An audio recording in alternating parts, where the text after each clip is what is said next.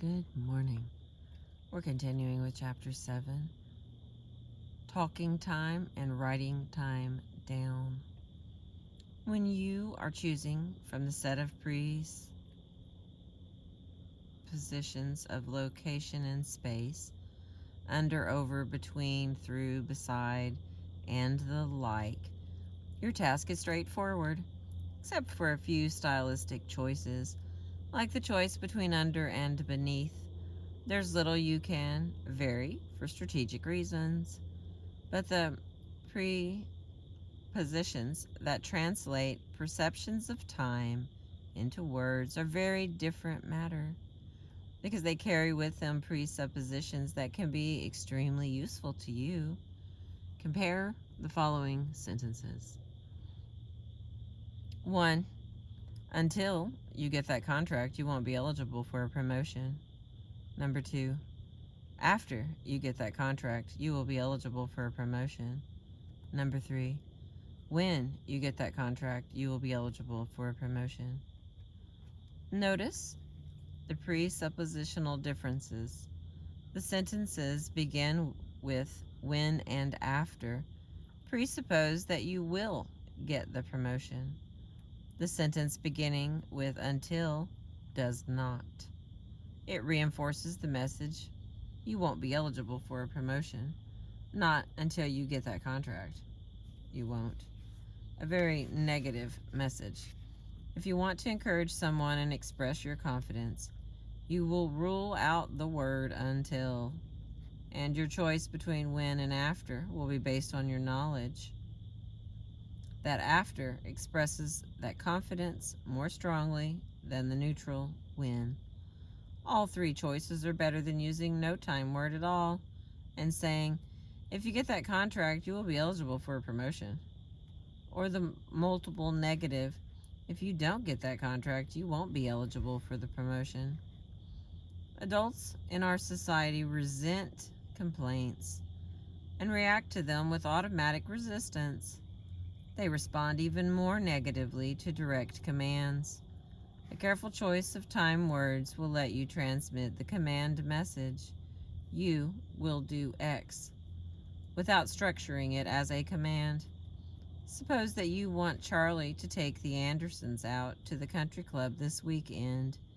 You could just tell him to take them, but that will put Charlie's back up. And when Charlie is annoyed, he doesn't do his best work. So don't do it that way. Instead, say things like these. While you're at the country club with the Andersons next Saturday, I'll be here in the office waiting for your call. Or, when you're at the country club with the Andersons next Saturday, you'll notice that the club has redecorated the whole dining area. Or, during your lunch at the country club with the Andersons next Saturday, they're sure to tell you what they think of the new golf course.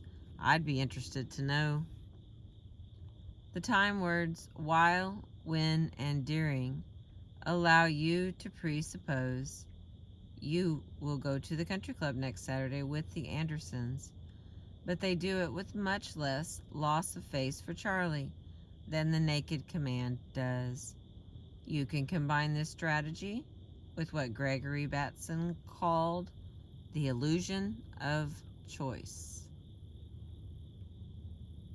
and make Charlie even more likely to cooperate willingly like this.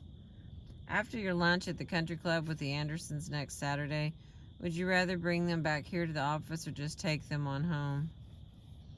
This works for the same reason that the I'll stop when you tell me to statement works for dentists.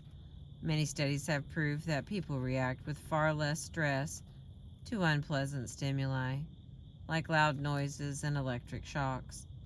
If they feel that they can turn those stimuli off whenever they want to, even if they never push the cancel button, they show milder reactions than people facing exactly the same phenomena without a cancel option. What matters to them is the perception that they have some control over what happens, a perception of power. You may have a little or no control over what the clock says, but a careful use of language will give you substantial control over perceptions of time.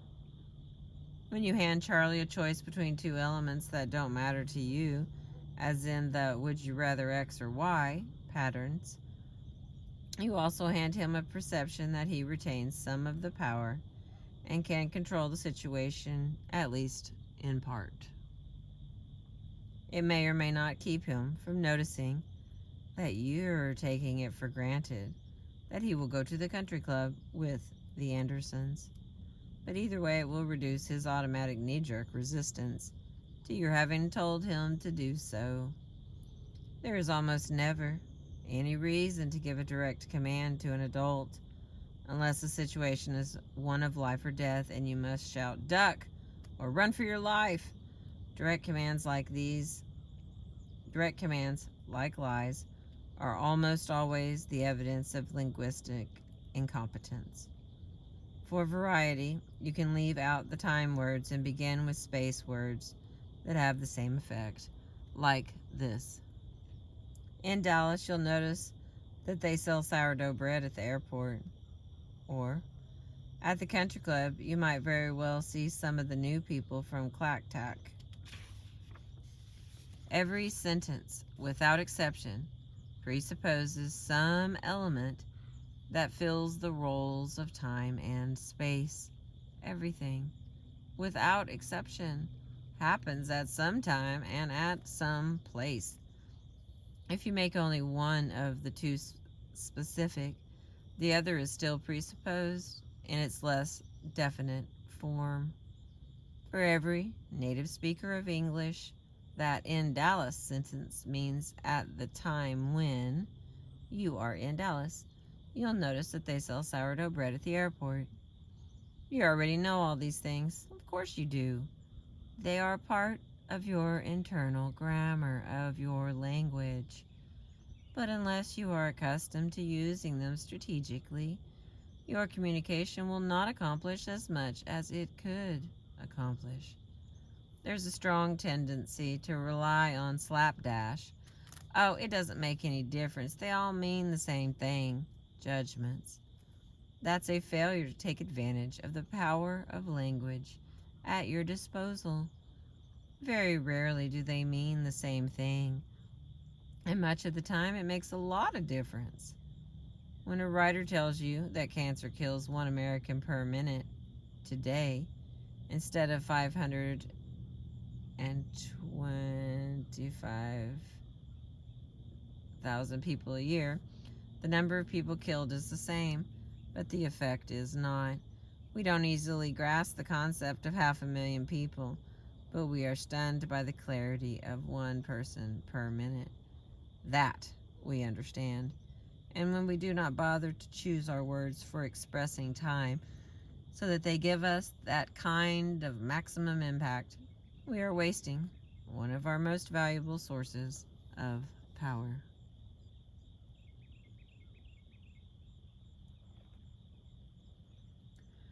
The next part. I don't have enough time. The time monster myth. Once in a great while you meet someone for whom this is literally true. Someone who loves what he does so much that he wishes he had 10 more hours in each day to spend doing it.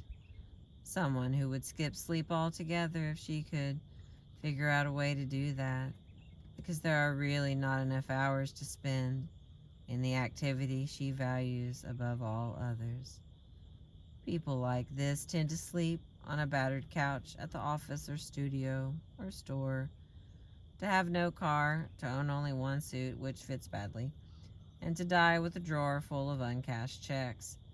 These people are rare, and unless they are also perceived as geniuses, Einstein was like this, for example, they are looked upon with alarm and distaste.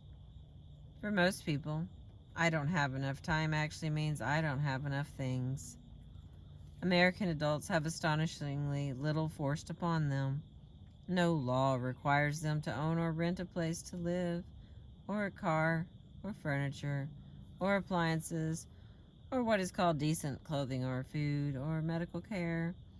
If you try to wear no clothing, or to eat nothing, or to lie at a busy intersection and quietly bleed to death unattended, someone will interfere and force things upon you.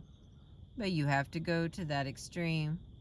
Check with the homeless if you doubt me. Yes, there are a multitude of pressures on you to be a conforming American. But let's level here. Except at the most extreme minimum of possible possessions, you freely choose whether to have things or not. The way you get the things you do choose to have is by exchanging money for them. The way you get that money, for the vast majority of the population, is by working for it. For purposes of this discussion, we will consider crime to be work, not honest work, but not leisure.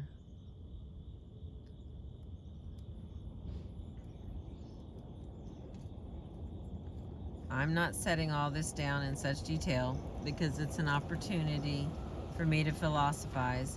I'm doing this my best to make a point that is directly related to your physical and mental health and to your ability to succeed and achieve your goals.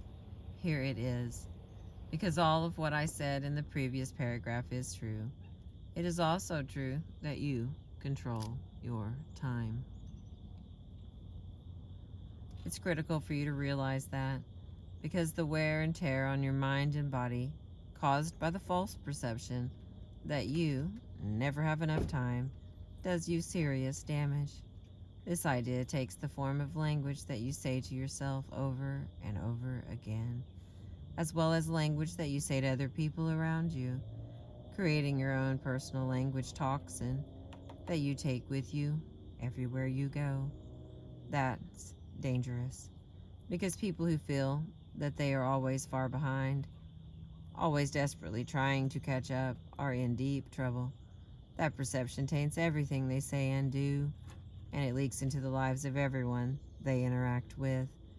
It constitutes a permanent perception of themselves as victims, trapped and without power. Obviously, this is a bad situation. Let's use the technique of reformulating it in other language terms, with other labels and other reality statements, so that we can see it more clearly. When I was a young woman, I was poor and I had a household to provide for. Like any young person, I saw things I was tempted to buy, but in those days, baked beans cost 10 cents a can, and many of the meals I put on our table consisted only of baked beans. I therefore converted prices to baked bean units. I might have given in and bought something that cost only $5. I never succumbed to that temptation. When the price was 50 cents, was 50 cans of baked beans. In the same way, you can step outside the standard system of assigning value by reformulating prices as units of time. Suppose you earn $25 an hour and you're considering the purchase of a $200 suit. To decide whether you want it badly enough to buy it, stop saying that suit cost $200. Instead, say that suit cost 8 hours. 8 hours of your time. Now do you choose to exchange those 8 hours for the suit or not? It is your choice. I've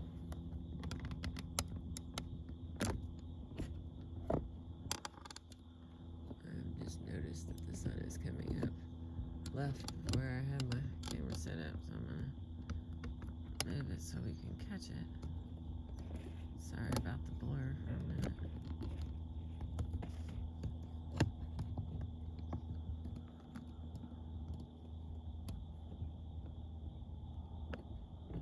There we go. Now we're gonna get it. Okay. You are not a helpless victim at the mercy of a machine grinding away somewhere, doling out time to you from some mysterious and cruel national ministry of time that you cannot escape. It is not like that at all. If you, like Elaine Martin in scenario 10, work a 70-hour week, you do it for one of two reasons. 1. You love your work more than anything else you could use your time for. 2. You have decided of your own free will that you would rather have 70 hours a week's worth of things than a week of time to use as you wish.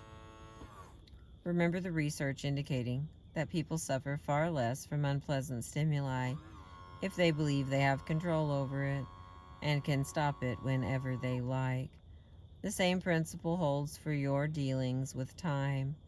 Knowing that you are in charge, that you have power over your time, dramatically reduces your level of stress and strain and anxiety. No law forbids Elaine Martin in Scenario 10 to practice medicine 40 hours a week instead of 70. She makes that choice, and her time is her own. Her life and John Martin's life would be vastly improved if they were both consciously aware of that fact. You may find it hard to remember that no merciless time monster exists for American adults. You may find it inconvenient to remember if you're accustomed to using "I don't have enough time" as an excuse. You may find it socially awkward to translate that to "I don't choose to spend my time doing what you asked me to do." If so, for the sake of your mental and physical health, make a set of small signs and put them up in places where you'll see them at least once daily. They should say something like this: "I don't have to do this. I am free to walk away from this whenever I like and go do something else. I am doing this because I choose to," with the "do this" phrase filled by whatever applies to you. I don't have to go to the hospital, office, restaurant, bank. You need those words staring you in the face until your perceptions have shifted sufficiently so that you'll never forget them again. The point is not to reduce the hours you spend in work. Most of us do want the house and the car and the clothes and all the rest for ourselves and for our families. The point is to return to you the power and confidence and the serenity that comes from knowing you are the one in charge. Next part. Helping time's victims. What would happen if? There comes the sun. When you find yourself involved with persons whose view of time is that they are its helpless victims, like Elaine Martin, problems are inevitable. That perception will be accompanied by great tension and stress, and people under severe stress cannot function at their maximum level of efficiency or effectiveness. Such people betray their dilemma by their frequent use of statements like those listed below, accompanied by body language that indicates distress. I never have enough time. It's impossible for me to do everything I have to do. I don't know where the time goes. If only I had more time. I'll never get through. I know I won't. There's just not enough time. Somehow I've got to find more time. Nobody could do all the things I have to do today. If you are in a long-term relationship, either professional or personal, with one of these people, you may want to explore the situation to determine whether it can be changed. Begin by finding out how tightly the individual is locked into this perception. The simplest way to do this is by the traditional "what would happen if" technique, as in the following dialogue between a lawyer and a doctor. Everybody's showing up out here. The lawyer says, "You say you cannot possibly work fewer hours than you do now. What would happen if you cut those hours back?" The doctor: "My patients would die." Lawyer: "Only if you were on a desert island. Your patients might not be pleased about it." Friend: "But if you weren't there to see to them, some other doctor would be, or a nurse would be, or failing that, a bystander would get a doctor or a nurse for them." Doctor: "Maybe, but my practice would be ruined." Lawyer: "What would happen if your practice was ruined?" Doctor: "My income would be ruined too." What a stupid question. Lawyer: "And if you had less money, what would happen?" Doctor: "I wouldn't be able to pay for my mortgage or my car or my kids' tuition." Lawyer: "Oh, which means that you are in full control of your time." Doctor: "Explain that." Lawyer: It means that you have decided of your own free will that you prefer your house and your car and your kids' tuition to having more non-work hours. That's your decision, under your control, and you could change it tomorrow if you choose to do so. When this works, the result is a grateful, I never thought about it that way, but you're right. When it doesn't work, it leads to infinite regress. In the dialogue above, the doctor would insist that he had to have the house and the car, and that his child had to go to college. And the lawyer would have to explore each of these with what would happen if you lived in a smaller house, what would happen if you drove a secondhand car, what would happen if your kid didn't go to college. It's worth exploring a few more of these levels of alleged helplessness, but once it becomes clear that every what would happen if has another one behind it ad infinitum, you are wasting your time and tormenting your associate to no purpose. Let it go. At this point, the most useful thing you can do for the other person is to provide one of the many books or tapes or videos on organizing and managing time, and encourage him or her to try some of the ideas suggested. If even one idea is helpful, proving that it is possible to be less at the mercy of time, there are two potential benefits. One is that it may alter your associate's perception enough to serve as an opening wedge towards greater change. The other is that the feeling of having some control over time, however limited, may decrease the level of tension and stress, making it less destructive and less dangerous. If you are the person victimized by time, you can do this exploration by yourself. Just write down the questions as someone else would pose them to you, and then write down your answers until you have either come to the end of the what-ifs and realize that in fact you do control your time, or until you can see that it's useless to go farther, in which case you buy yourself the time management book or tape or video and put it to use.